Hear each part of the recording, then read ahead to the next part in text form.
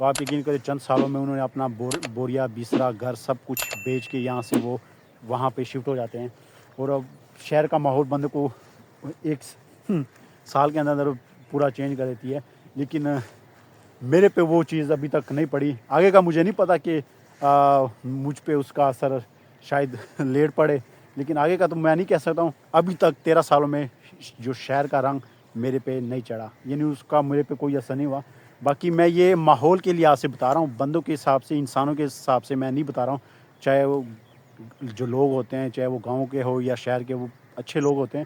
اچھے لوگ بھی آپ کو پتہ ہر جگہ ملیں گے, برے لوگ بھی ملیں گے. لیکن یہاں میں جو کمپیریزن کروا رہا ہوں, میں انسانوں یا ان کے لحاظ سے میں نہیں کروا رہا ہوں, میں ماحول کے لحاظ سے بات کر رہا ہوں.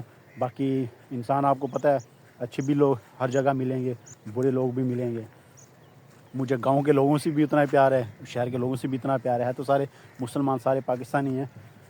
تو ماحول کے لحاظ سے یہ کہ آپ اکثر میں جب گاؤں لاہور سے آ رہا ہوتا ہوں, اور یعنی چھٹی کے دن بھی آ رہا ہوتا ہوں, یا عید کی چھٹیاں ہوتی ہے, یا محرم کی چھٹیاں ہوتی ہے, یا کوئی اور ایسی چھٹی آ جائے, تو آپ یقین کریں آپ جب مرضی نکلو آپ کو ٹریفک کا شور, ٹریفک کی وہ جو بے تحاشا کی ٹریفک وہ آپ کو نظر آئے گی, کم نظر نہیں آئے گی.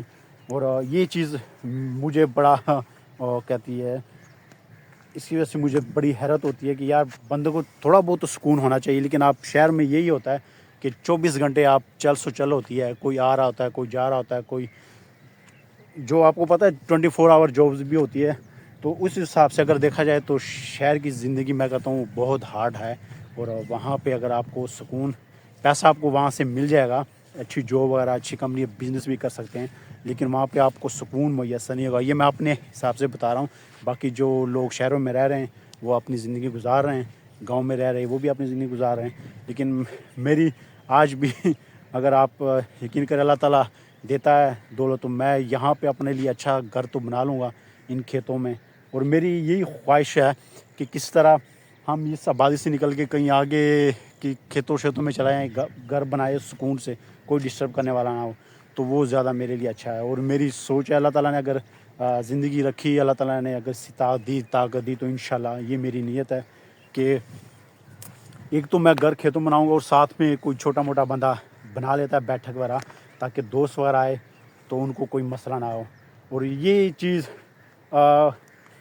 میں کہتا ہوں اگر دوست وغیرہ کو کہ اگر آپ لوگوں نے گھر بنانا ہے تو بیٹھک وغیرہ آپ گھر سے ذرا جتنا بھی آپ اس گھر سے اس کو ایک الگ رکھ سکتے تو اتنا ہی فائدہ ہوتا ہے. کیونکہ یار دوست آ رہے ہوتے ہیں تو رات بھی رکنا پڑ جاتا ہے, تو اس سے فیملی والا کو پہ کوئی اثر نہ پڑے, فیملی والا ڈسٹرب نہ ہو. تو لیکن جیسے اللہ کو منظور ہو. ابھی سٹارٹ میں جو ویڈیو بنا رہا تھا دھوپ نہیں تھی, لیکن اب یہ پھر دھوپ نکل آئی ہے. میں آپ کو دکھا دوں, یہ کبھی آ جاتی ہے, کبھی بادل اس کو سورج کو گھیر لیتے ہیں تو وہ بادل آ جاتے ہیں. تو یہ میں اوپر سے اتنا فاصلہ تو نہیں طے کیا, اوپر سے گھوم کے آیا ہوں. تو یہ گھر ہے, یہاں سے آبادی شروع ہوتی ہے, اور یہ سامنے میرا گھر ہے. اور یہاں پہ چاروں طرف ہمارے کھیت ہی کھیت ہے, کوئی آبادی نہیں تھی. یہاں سے آدھا گاؤں وہ درمیان میں گاؤں نظر آتا تھا, اب یہ دوسری گلی بھی نظر نہیں آتی. آبادی یہاں تک پھیل چکی, اور یہاں تک یہ آپ دیکھ لیں وہ گھر بنا ہوا ہے. اور یہ آگے کی طرف ہے, اس طرف اگر جائیں گے نا تو اس طرف لوگ دن کے ٹائم بھی جانے سے ڈرتے تھے, لیکن وہاں پہ بھی لوگوں نے آبادی گھر بنائے ہوئے آگے کی طرف پھیلی. لیکن اللہ تعالیٰ سب کو خوش رکھیں, سب کو حلال رزق دے, کیونکہ جو حالات چل رہے ہیں ہر بندہ پریشان ہے. تو ہم تو دعا ہی کر سکتے ہیں. تو اللہ تعالیٰ ہم سب پہ اپنا رحم فضل کرم فرمائے. تو چھٹی والے دن بھی بندے کو سکون ہی ہوتا, کوئی نہ کوئی کام نکل جاتا گھر کا. تو ابھی میں نے بازار کے لیے نکلنا تھا, لیکن میں نے کہا کہ چلو ایک ویڈیو بنا لیتا ہوں. تو ابھی میں ویسے گھر کے پاس ہی آ گیا ہوں, تو اپنی ویڈیو کا اختتام ادھر ہی کرتا ہوں. انشاءاللہ ملتے ہیں نیکسٹ ویڈیو میں, تب تک دیجیے اجازت. اللہ حافظ, دعا میں ضرور یاد رکھیے.